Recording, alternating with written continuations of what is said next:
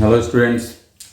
Last class में हम लोग डिस्कस किए थे इलेक्ट्रिक फील्ड लाइंस, है ना, lines of force. Electric lines of force, इसको हम लोग कैसे डिफाइन करते हैं, इसका क्या क्या कैरेक्टरिस्टिक्स है, और इसके हेल्प से हम लोग इलेक्ट्रिक फील्ड इंटेंसिटी को भी हम लोग समझे थे।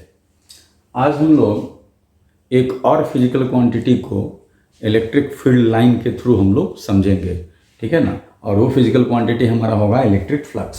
तो हम लोग देखें यहाँ पर, है ना, एक हम डायग्राम यहाँ पर ड्रॉ कर रहे हैं इलेक्ट्रिक फील्ड लाइन से रिलेटेड, है ना। सपोज कीजिए हम यहाँ पर यूनिफॉर्म फील्ड हम दिखा रहे हैं और यहाँ पर हम उसके corresponding electric lines of force को ड्रॉ कर रहे हैं।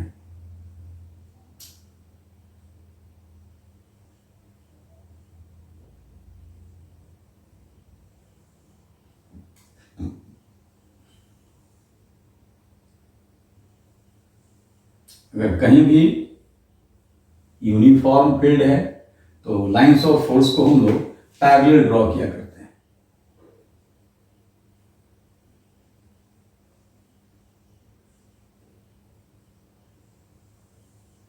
तो यहां पर हम लोग कुछ parallel lines, electric lines of force हम लोग यहां पर ड्रॉ कर दिए। हम लोग क्या कर रहे हैं, यहां पर हम लोग दो एरिया हम लोग यहां पर सरफेस हम लोग कंसीडर कर रहे हैं, है ना। हम लोग दो सरफेस यहां पर कंसीडर करेंगे।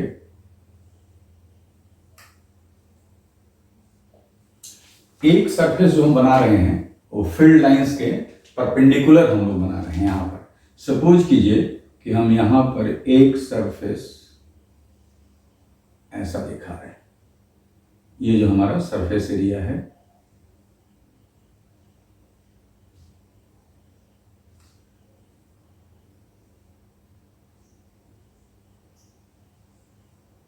ये जो आप सरफेस देख रहे हैं ये फील्ड लाइंस के परपेंडिकुलर, और एक हम लोग सरफेस यहां बना रहे हैं, ये फील्ड लाइन के साथ सर्टेन एंगल बना रहा है, मतलब ये इंक्लाइंड सरफेस है।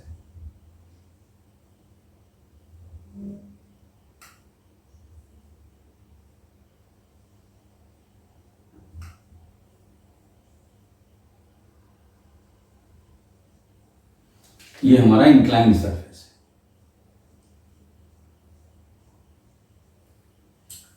हम दोनों के कॉरस्पॉन्डिंग एरिया वेक्टर को दिखा रहे हैं। ये हमारा यहां पर इलेक्ट्रिक फील्ड का डायरेक्शन भी आप देख रहे हैं, और यहां हम देखें this is direction of area vector से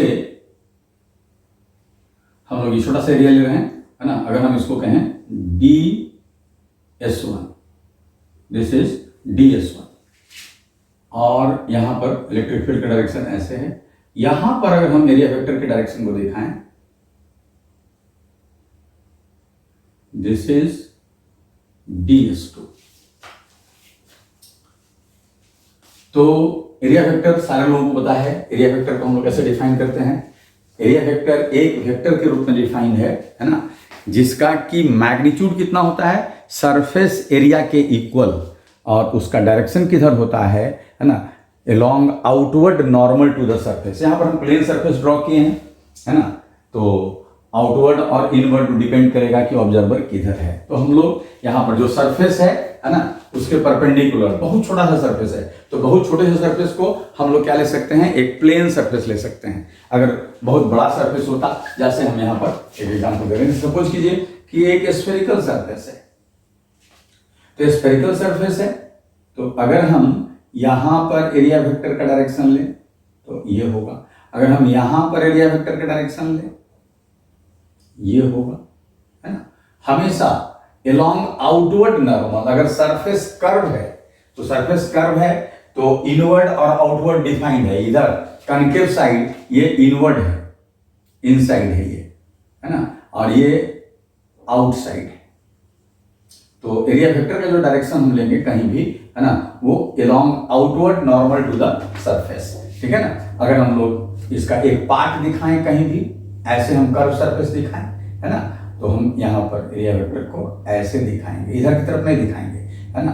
यहाँ पर एरिया वेक्टर को दिखाएंगे तो हम ऐसे दिखाएंगे, यहाँ पर एरिया वेक्टर को दिखाएंगे, है ना। कनकेव साइड ये जो है इन साइड है, इनवर्ड है, और कन्वेक्स साइड आउटवर्ड है। लेकिन अगर हम लोग इसका बहुत छोटा सा पोर्शन ले लें, बहुत छोटा सा पोर्शन, इसलिए हम यहाँ पर ds लिखे हैं, s नहीं लिखे हैं। तो ds लिखने का मतलब क्या है, इसको हम एक प्लेन सरफेस ले रहे हैं, है ना। और अगर ये यहाँ पर क्लोज पार्ट दिख रहा है तब तो ये आउटवर्ड ऐसे, लेकिन अगर ऐसे सिंपली दिखा रहे हैं तो ऑब्जर्वर अगर इधर है तो ds इधर, ऑब्जर्वर इधर है तो इधर, वो अपने मैंने कन्वीनियंटली हम लोग उसको कंसीडर करेंगे, ठीक है। तो यहाँ पर हम दो सरफेस दिखाए हैं इलेक्ट्रिक फील्ड लाइंस के परपेंडिकुलर, इलेक्ट्रिक फील्ड लाइंस में दो सरफेस दिखाए हैं। हाँ, एक जो हमारा सरफेस है ना, वो क्या है, इलेक्ट्रिक फील्ड लाइन के परपेंडिकुलर है, सरफेस परपेंडिकुलर है, मतलब एरिया वेक्टर जो है इलेक्ट्रिक फील्ड के अलोंग है। और यहां पर आप देखें इलेक्ट्रिक फील्ड का डायरेक्शन इधर था, यहां पर इलेक्ट्रिक फील्ड हमेशा फील्ड लाइन के अलोंग है, area vector normal to the surface, है ना। तो हम यहां पर दो सरफेस दिखाए हैं, है ना, यूनिफॉर्म फील्ड में। अब हम लोग देखें यहां पर फिगर में, हम लोग देखें कि ये जो दोनों सरफेस है, इससे अगर हम total number of lines of force देखें तो फिगर में दोनों बराबर दिख रहा है ना।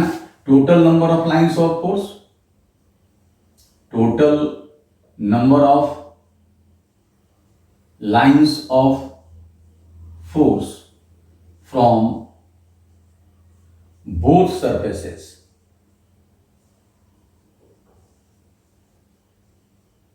are same। फिगर में आप देख के बता सकते हैं, दिख भी रहा है, दोनों से total number of lines of force same है।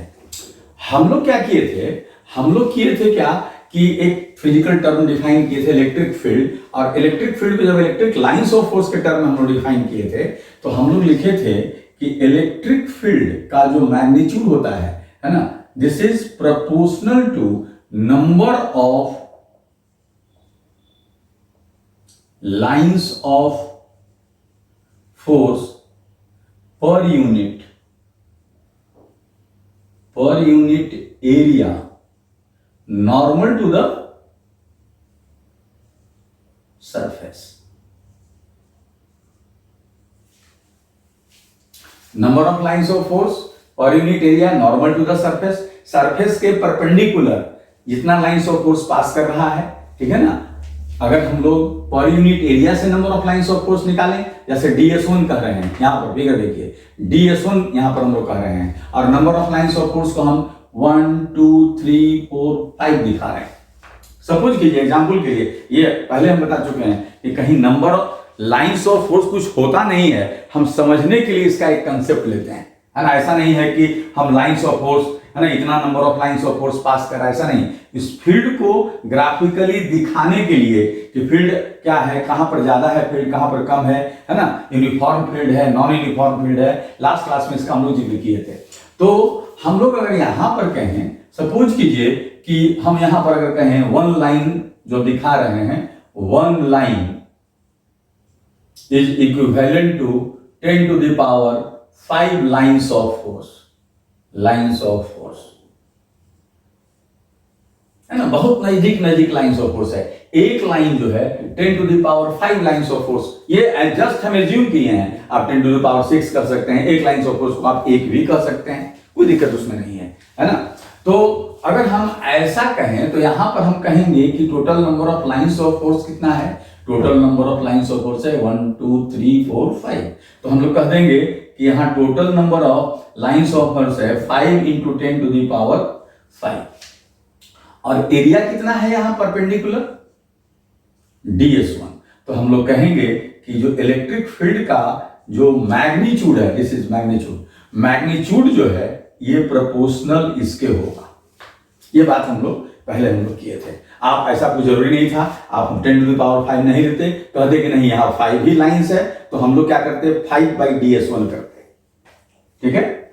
तो हम लोग इलेक्ट्रिक फील्ड ऐसे लिखते थे, और हम लोग क्या किए यहां पर, हम लोग क्या किए कि इलेक्ट्रिक फील्ड का जो मैग्नीट्यूड है is equal to a constant and this quantity, है ना, 5 into 10 to the power 5 by ds1, ये इलेक्ट्रिक फील्ड था।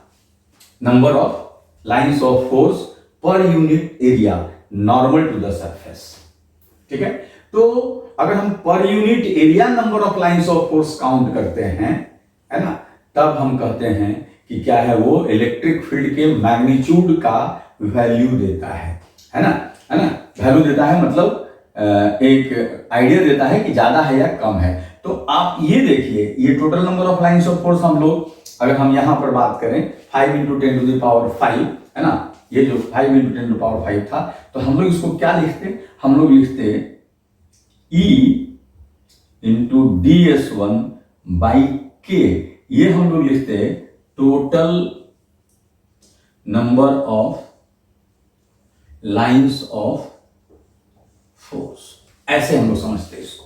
अब हम लोग सोचें कि ये सरफेस और ये सरफेस देखें, total number of lines of force जो यहां है वही यहां है, ठीक है, और ds1 और ds2, अगर हम ये एंगल को थीटा ले लें, ds1 और ds2 में क्या रिलेशन है, जरा हम लोग इसको देखें। तो ds1 और ds2 में जो रिलेशन आप देखेंगे, है ना, इसको हम यहां, ये सरफेस है, हम लाइन से दिखा रहे हैं, ये ऐसे, ये जो हमारा है, हम अगर 2 डायमेंशनल फिगर हट करके 1 डायमेंशनल फिगर करते हैं, तो ये हमारा है ds1 और ये जो हमारा है ds2 है। और आप देखें, ये एंगल था, ये ds2 का डायरेक्शन था, ये इलेक्ट्रिक, ये एंगल हमारा था वहां थीटा, ये थीटा अगर है तो ये देखिए 90, ये 90 है नॉर्मल, ये 90 माइनस थीटा, ये एंगल थीटा है। तो अगर हम यहां पर cos थीटा लिखना चाहें तो हम लोग लिख सकते हैं ds1/ds2, है ना। तो अगर हम ds1 को लिखें तो कह सकते हैं कि ds2 cos थीटा, ये चीज।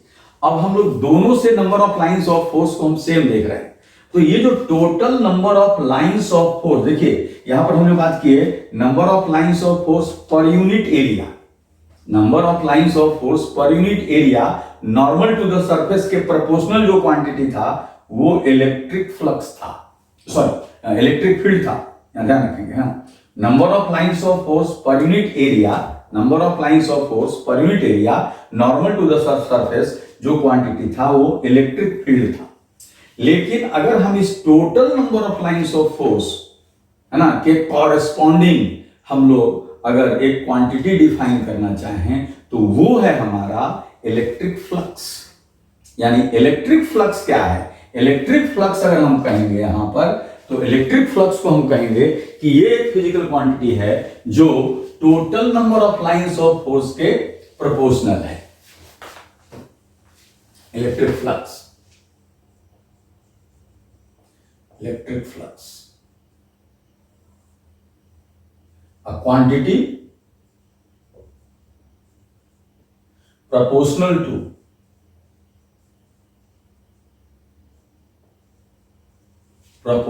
to total number of electric lines of force, electric lines of force, तो इसको हम लोग कहेंगे इलेक्ट्रिक फ्लक्स। तो अगर आपसे पूछा जाए कि इलेक्ट्रिक फ्लक्स यहां और यहां दोनों जगह क्या है, तो दोनों जगह इलेक्ट्रिक फ्लक्स का वैल्यू सेम है, जो total number of lines of force यहां है वही total number of lines of force यहां है, ठीक है। तो हम लोग अब यहां पर देखें, यानी हम लोग यहां पर कह सकते हैं कि इलेक्ट्रिक फ्लक्स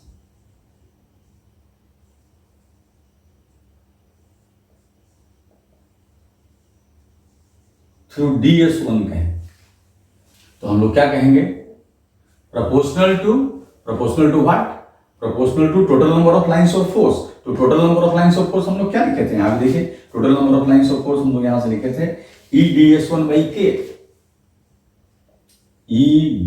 eds1/k, है ना। और अगर हम लोग यहां पर इसको हटाएं तो सेम कांस्टेंट eds1/k, और यहां से देखें E × ds1। तो इलेक्ट्रिक फ्लक्स थ्रू ds1 हम क्या लिखेंगे, E इंटू ds1। उसी तरह से अगर आपसे पूछा जाए कि इलेक्ट्रिक फ्लक्स अगर हम ds2 से लिखें तो अभी हम क्या बोले कि इलेक्ट्रिक फ्लक्स जो है ds2 से और इलेक्ट्रिक फ्लक्स ds1 से सेम है ना। तो हम लोग ऐसा लिख सकते हैं, ds1 के जगह अभी हम लिखे थे इलेक्ट्रिक फ्लक्स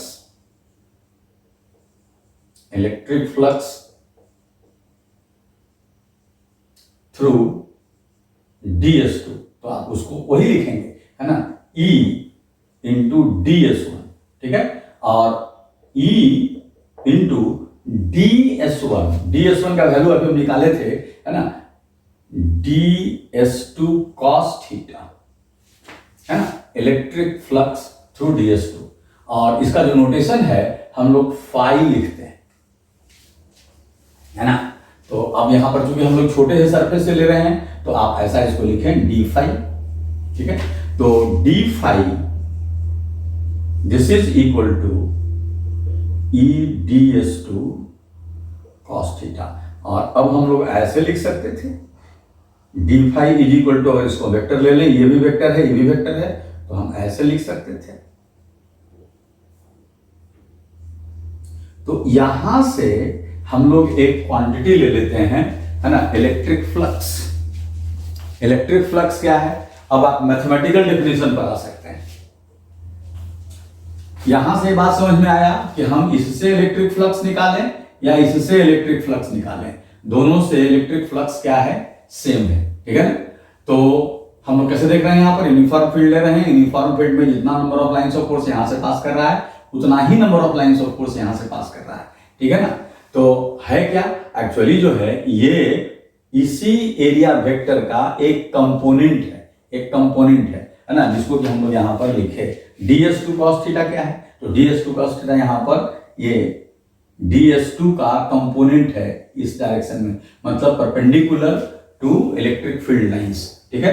तो हम लोग अगर मैथमेटिकली जाएंगे तो मैथमेटिकली हम लोग क्या लिखेंगे, d phi is equal to E dot ds, है ना, यहाँ ds2 लिखें। अगर इन जनरल हम लोग कोई भी एरिया ले लें, है ना, तो हम लोग अगर वहां पर लिखना चाहें तो d phi is equal to E dot ds।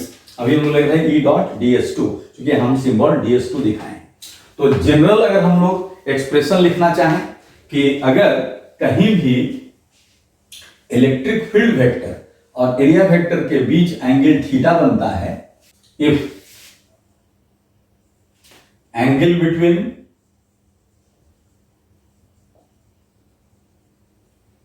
Electric field vector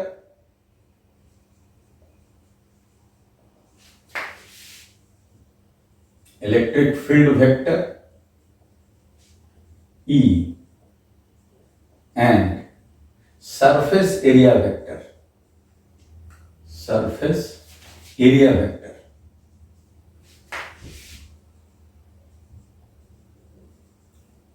ds is theta,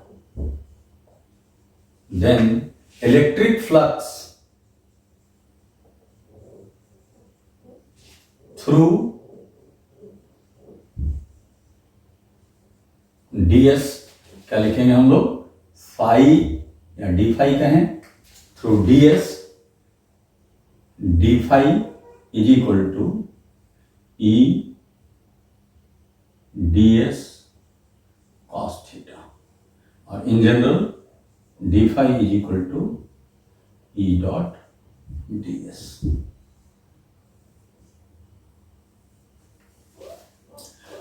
मतलब हम लोगों को सिंपली क्या करना है, हम लोगों को करना क्या है, अगर कहीं भी इलेक्ट्रिक फील्ड हम लोगों को पता है और जिस सरफेस से इलेक्ट्रिक फ्लक्स निकालना है उस सरफेस का फील्ड के परपेंडिकुलर अगर हम लोगों को कंपोनेंट पता है, प्रोजेक्शन पता है, तो दोनों को सिंपली हम लोग मल्टीप्लाई कर देंगे, ठीक है ना। और इस तरह से हम लोग इलेक्ट्रिक फ्लक्स को डिफाइन कर लेते हैं, हम लोग समझ लेते हैं इलेक्ट्रिक फील्ड लाइंस के थ्रू। और कहीं भी यूनिफॉर्म फील्ड है और same number of lines of force pass करता हुआ दिख रहा है, तो आप कह सकते हैं कि दोनों जगह से क्या है, सेम फ्लक्स। जैसे हम एग्जांपल देंगे, अभी आप समझेंगे उसको। पहले तो मैथमेटिकल डेफिनेशन आप इसका लिख लें, इलेक्ट्रिक फ्लक्स का हम लोग डेफिनेशन पे आ जाते हैं।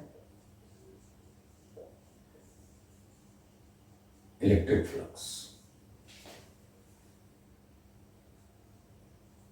हमेशा जब डिफाइन करेंगे इलेक्ट्रिक फ्लक्स, तो electric flux through given surface,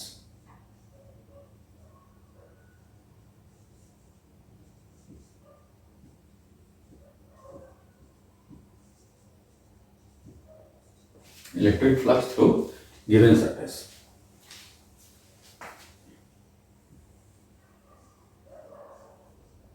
It is defined as, बहुत सिंपल डेफिनेशन है, as the scalar product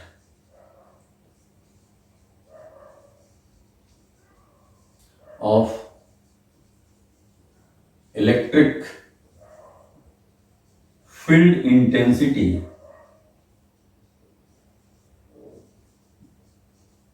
at the surface and surface area vector, surface area vector ऊपर हम लोग लिखे, मैथमेटिकल डेफिनेशन यहाँ पर हम लोग लिख दिए हैं, E डॉट ds। तो scalar product of electric field and surface area vector, this quantity is called, है ना, इलेक्ट्रिक फ्लक्स।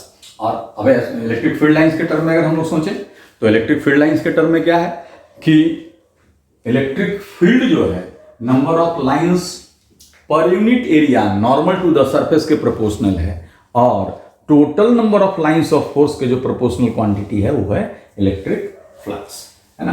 तो इस तरह से हम लोग यहाँ पर इलेक्ट्रिक फ्लक्स को डिफाइन किए कि इलेक्ट्रिक फ्लक्स क्या है और इलेक्ट्रिक फील्ड से ये कैसे रिलेटेड है, और इलेक्ट्रिक फील्ड लाइंस के थ्रू हम लोग इसको कैसे समझते हैं। इस बात को हमेशा समझना है, क्योंकि जब भी आप प्रॉब्लम डिस्कस करेंगे, है ना, प्रॉब्लम बनाएंगे, तो उस समय इसका जरूरत हम लोगों को पड़ेगा कि इलेक्ट्रिक फ्लक्स कैसे निकाले हम लोग, और बिना निकाले हम कैसे कह सकते हैं कि दोनों जगह से इलेक्ट्रिक फ्लक्स जो है वो सेम है।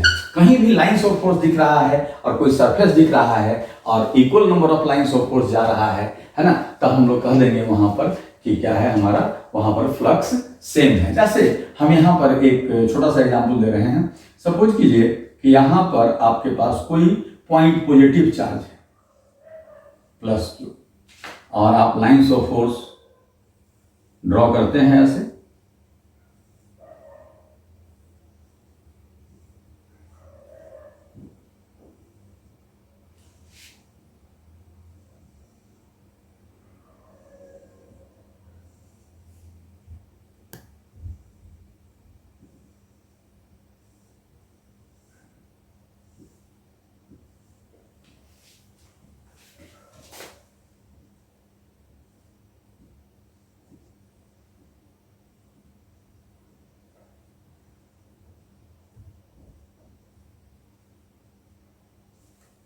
ये यहाँ पर कोई पॉजिटिव चार्ज था, हम लाइंस ऑफ फोर्स ऐसे ड्रॉ कर दिए, और लाइंस ऑफ फोर्स हम ड्रॉ कर करके और हम कह रहे हैं कि यहाँ पर एक स्फीयर हम ऐसे दिखा रहे हैं, एक स्फीयर दिखा रहे हैं, है ना, ये स्फीयर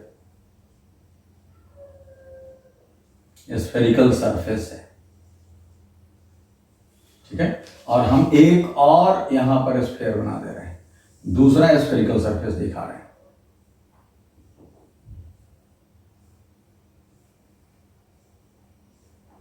बहुत सिंपल सा कंसेप्ट है, बहुत सिंपल सा, कि ये जो है स्फेरिकल सरफेस है,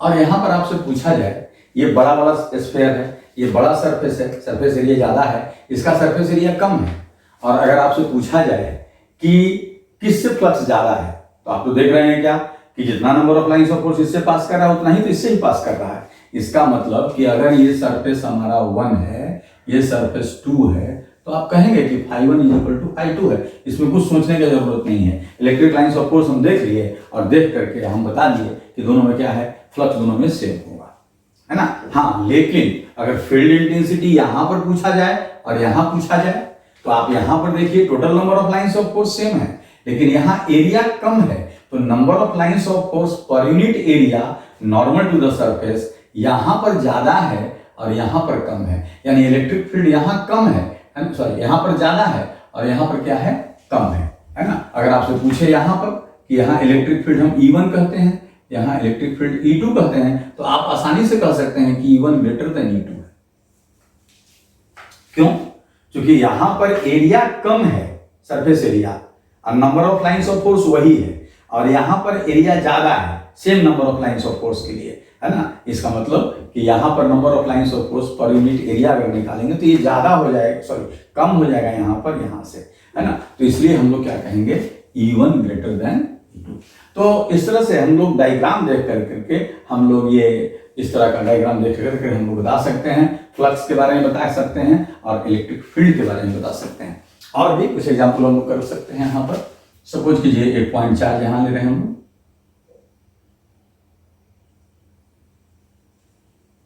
और हम लोग क्या किए कि यहां पर एक डिस्क ले लिए, सर्कुलर एरिया यहां ले लिए, यहां पर हम कोई भी पॉइंट चार्ज रख रहे हैं, ठीक है। अब आप देखें यहां से एक हम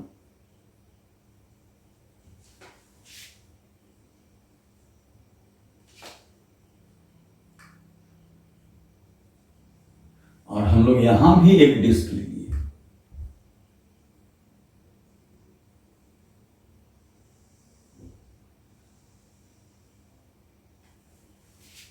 ऑब्वियसली आप देख रहे हैं इसका रेडियस कम है, इसका रेडियस ज्यादा है, इसका एरिया ज्यादा है। लेकिन अगर ये पॉइंट चार्ज है और लाइंस ऑफ फोर्स आप ड्रॉ करें तो आप यहां पर गौर करें क्या स्थिति आएगा, ऐसे जितना लाइंस ऑफ फोर्स इससे पास कर रहा है उतना ही number of lines of force बड़े वाले डिस्क से भी पास करेगा।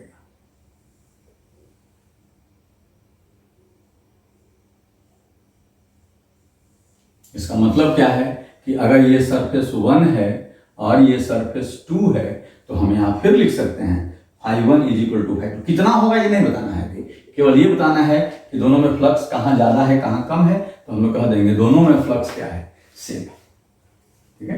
तो इस तरह से हम लोग देख सकते हैं, फ्लक्स के बारे में हम लोग समझ सकते हैं कि कहां पर फ्लक्स ज्यादा होगा, कहां पर फ्लक्स कम होगा। तो ये बात हम समझते हैं, सारे बच्चे लोगों को क्लियर होगा। और भी हम एक एग्जाम्पल दे रहे हैं यहां पर, सपोज कीजिए कि एक हम लोग कोन ले रहे हैं, ऐसे right circular cone,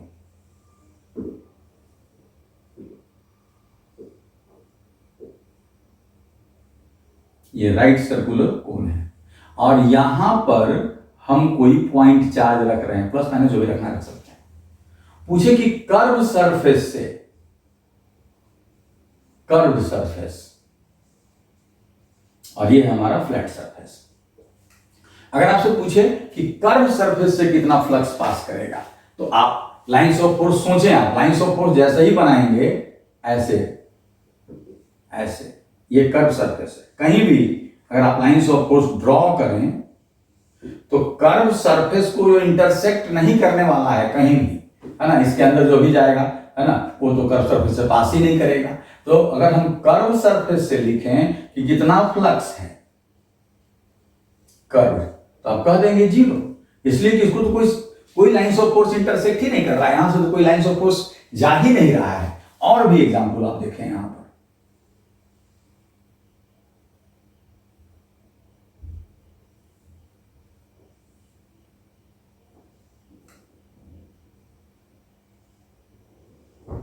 electric field, electric field अगर हम ऐसे ले लें, ऐसे इलेक्ट्रिक फील्ड है और ये एक सिलेंडर देख रहे हैं आप, यहां पर फ्लक्स है, यहां पर फ्लक्स है, लेकिन अगर यहां से कोई पूछे लाइंस ऑफ फोर्स ऐसे है, तो कोई भी lines of force curve surface को इंटरसेक्ट करने वाला नहीं है। कर्व सर इधर से कोई लाइंस ऑफ फोर्स ऐसे या ऐसे कहीं नहीं पास करेगा, उसके पैरेलल चला जाएगा।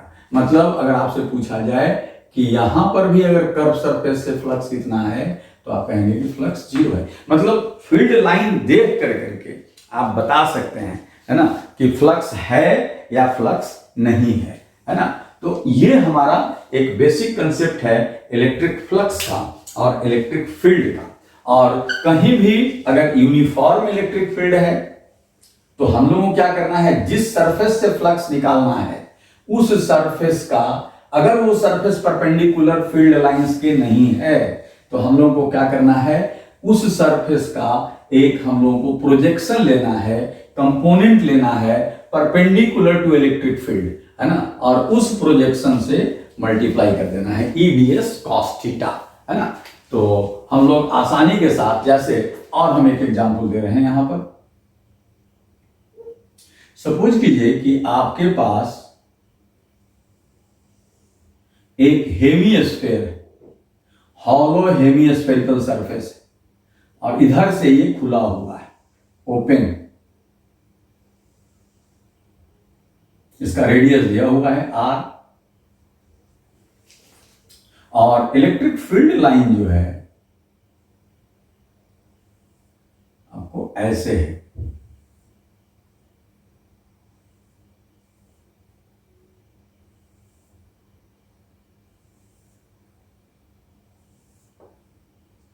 This is electric field line, है ना, इस तरह से यूनिफॉर्म फील्ड, स्ट्रेंथ भी दे रखा है E। अब कह रहा है कि इस हेमिस्फेरिकल सरफेस से कितना फ्लक्स पास कर रहा है।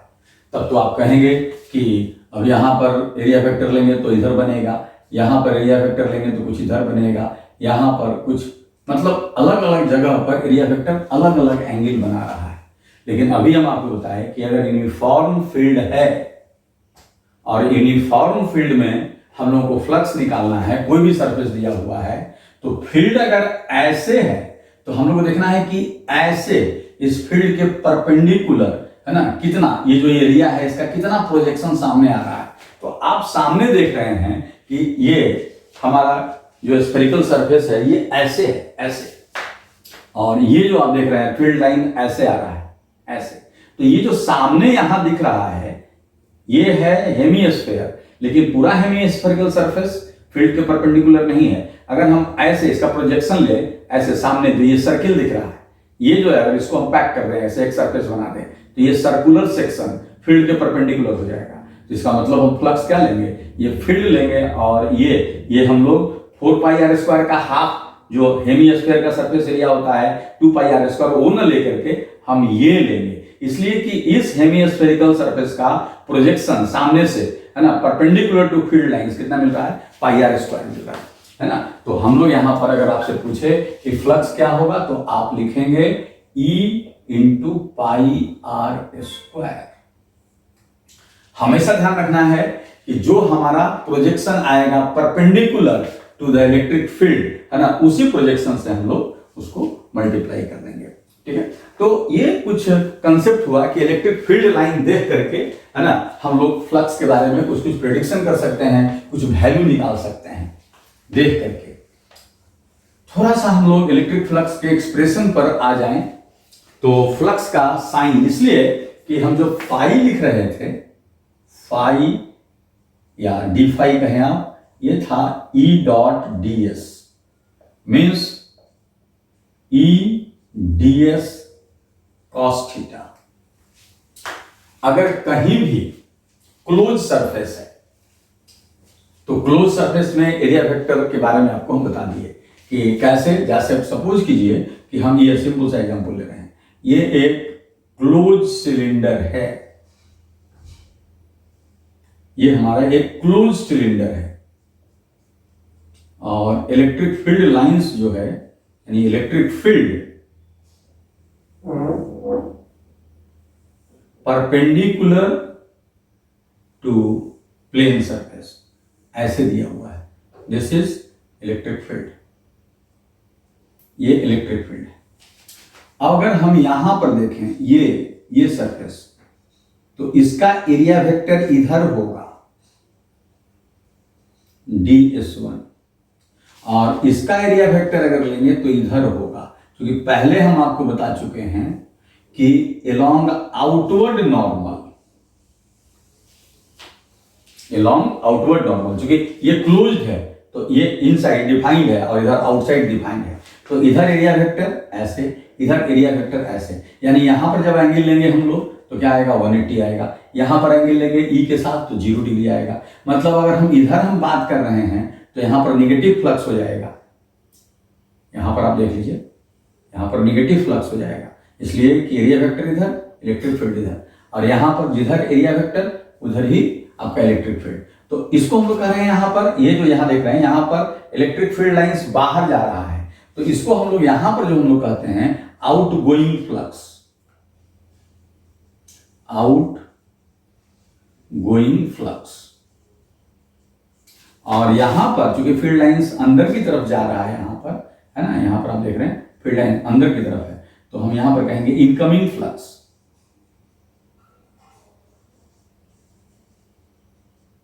तो आप यहां पर वैल्यू देख करके बता सकते हैं। यहां पर प्लेन सरफेस हम यहां पर लिए थे, यहां पर जो हम लोगों को थीटा था ये 180 डिग्री था, और यहां पर जो थीटा था वो 0 डिग्री था। तो ईडीएस अगर हम लेते हैं तो ईडीएस दोनों का हम मैग्नीट्यूड पॉजिटिव लेंगे, लेकिन कॉस थीटा कॉस 0, यहाँ कॉस 180, तो हम लोग क्या कहेंगे, इनकमिंग फ्लक्स क्या हो गया, निगेटिव हो गया, आउटगोइंग फ्लक्स क्या हो गया, पॉजिटिव हो गया, ये होगा। दूसरा हम और भी एग्जाम्पल ले सकते हैं ऐसे। सपोज कीजिए कि हम यहां पर क्या दिखा रहे हैं, ऐसे फील्ड लाइन दिखा रहे हैं, ऐसे सपोज कीजिए ये इलेक्ट्रिक फील्ड है। अगर हम कहीं भी यहां पर थोड़ा छोटा सा सरफेस लेते हैं, ये डीएस, ये ई है, ये थीटा, यहां पर आप देख रहे हैं थीटा लेस देन 90 डिग्री, है ना, यानी कॉस थीटा क्या होगा, यहां पर कॉस थीटा यहां पर होगा पॉजिटिव। तो अगर हम यहां पर डी फाई की बात करें, डी फाई, तो क्या लिखेंगे, ई डी एस कॉस थीटा, और ये क्या आएगा, पॉजिटिव, ये कॉस थीटा हमारा पॉजिटिव है यहां। लेकिन अगर हम दूसरा एग्जांपल हम यहां पर दें, हमारा फील्ड लाइंस अगर ऐसे हो गया, यहां पर है आउटवर्ड, सरफेस से बाहर की तरफ, क्योंकि सर ये देखिए ये कनकेव साइड को हम इनवर्ड कहते थे, इधर आउटवर्ड कहते थे। तो यहां पर क्या है, ये यहां पर इस सरफेस के लिए आउटवर्ड फ्लक्स है, और यहां पर देखिए इस सरफेस के लिए ये इनवर्ड फ्लक्स है। तो अब यहां पर अगर आप सपोज कीजिए एरिया वेक्टर लेंगे, तो एरिया वेक्टर इधर आएगा ds, और इलेक्ट्रिक फील्ड वेक्टर इधर देख रहे हैं आप, तो ये एंगल थीटा ग्रेटर देन 90 है, तो थीटा ग्रेटर देन 90, तो यहां पर cos थीटा कितना मिल जाएगा हम लोगों को, cos theta negative, theta greater than 90, cos theta negative, therefore हम क्या लिखेंगे, ई डी एस cos थीटा, ये हमारा क्या हो जाएगा, निगेटिव हो जाएगा। मतलब एक कन्वेंशन भी हम लोग बना सकते हैं ऐसे कि कहीं भी इनकमिंग फ्लक्स है तो उसका साइन नेगेटिव लेंगे, और कहीं भी आउटगोइंग फ्लक्स है तो उसका साइन हम लोग क्या लेंगे, पॉजिटिव लेंगे। तो यहां पर आप कन्वेंशन एक ऐसे बना सकते हैं, इनकमिंग फ्लक्स, फील्ड लाइन देख करके, incoming flux negative, outgoing flux, outgoing flux, ये क्या होगा, हमारा पॉजिटिव होगा, ठीक है। और कहीं भी इनकमिंग और outgoing, lines of force in भी कर रहा है, लाइंस ऑफ फोर्स आउट भी हो रहा है, तो वहां पर अगर फील्ड यूनिफॉर्म है, मतलब पैरेलल लाइंस है ना, जैसे हम एग्जांपल दे रहे हैं यहां पर, तो उस कंडीशन में टोटल फ्लक्स कितना हो जाएगा, 0। जैसे अभी हम लोग एग्जांपल दिए थे कि कोई भी अगर यूनिफॉर्म फील्ड है और इसके अंदर किसी भी तरह का हम सरफेस, क्लोज सरफेस रख दें, क्लोज सरफेस, और ये क्या है, यूनिफॉर्म फील्ड,